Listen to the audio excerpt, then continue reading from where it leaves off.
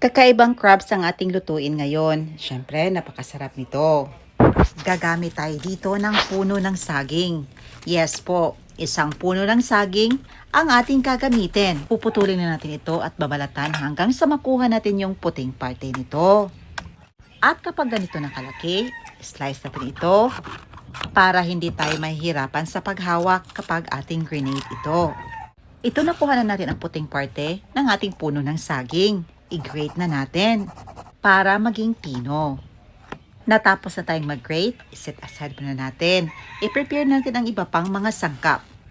Magluluto tayo sa uling dahil masarap ang luto dito. Nahugasan na natin itong ating crabs. Luto na itong scallops natin, but isama na natin ito sa pagpakulo ng ating crabs.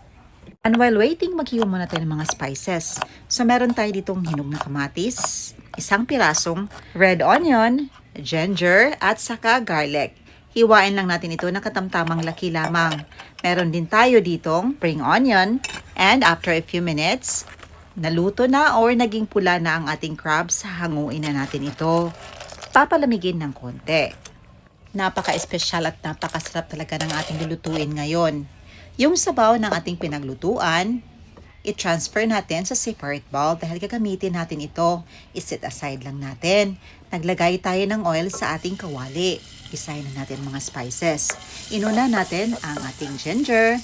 Isunod na natin ang iba pang mga sangkap. Ang ating sibuyas or red onion. Gisahin lang natin ito until na mag-soften or maging aromatic ang flavor nito. Ang ating garlic at saka ang ating kamatis. Gisahin lang natin hanggang sa mag-soften yung kamatis natin. At para mag-increase ang flavor ng mga spices natin, nag-add tayo dito ng white ground pepper. Pwede ding pamintang durog. Dito in-slice natin into half ang ating crabs. Napakataba talaga ng crabs na nabili natin. Mga 3 piraso lang to, but napakataba. Nag-soften na ang mga spices na ginisa natin. I-add na natin ang ating grated na puno ng saging. Isahin lang natin ito. Madali lang maluto ang ating grated na banana tree. Nag-add tayo dito ng curry powder. Tansyan nyo lang kung gaano kadami or gaano kaanghang ang gusto nyo sa inyong ulam. Nag-add tayo dito ng 1 cubes ng shrimp para mas nating mapa-enhance ang ating ulam at mas maging masarap pa. At yung sabaw na pinaglutuan natin ng crabs at saka ng scallops, isama na natin dito. Ibuhos na natin lahat. Sunod na rin natin ang crabs at saka scallops natin. Paghaluin lang ito and wait until na mag-lessen yung ating sauce at maluto yung ating crabs at saka yung ating scallops. Ayan, after a few minutes, ready na para i-serve. Patinakpan mo natin ito ng mga ilang minuto para mag-serve talaga ng crabs ang sauce natin. Ready to serve na ito. Nagburan na natin ito ng spring onion. Hindi na tayo nag-add dito ng salt. Dahil sakto lang ang shrimp cubes sa 1 piraso na nilagay natin. Of course, itansya nyo kung sakto na ba ang timpla nito according sa iyong panlasa.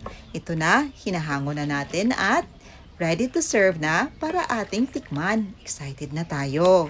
Talaga namang napakasarap ng kain natin dito.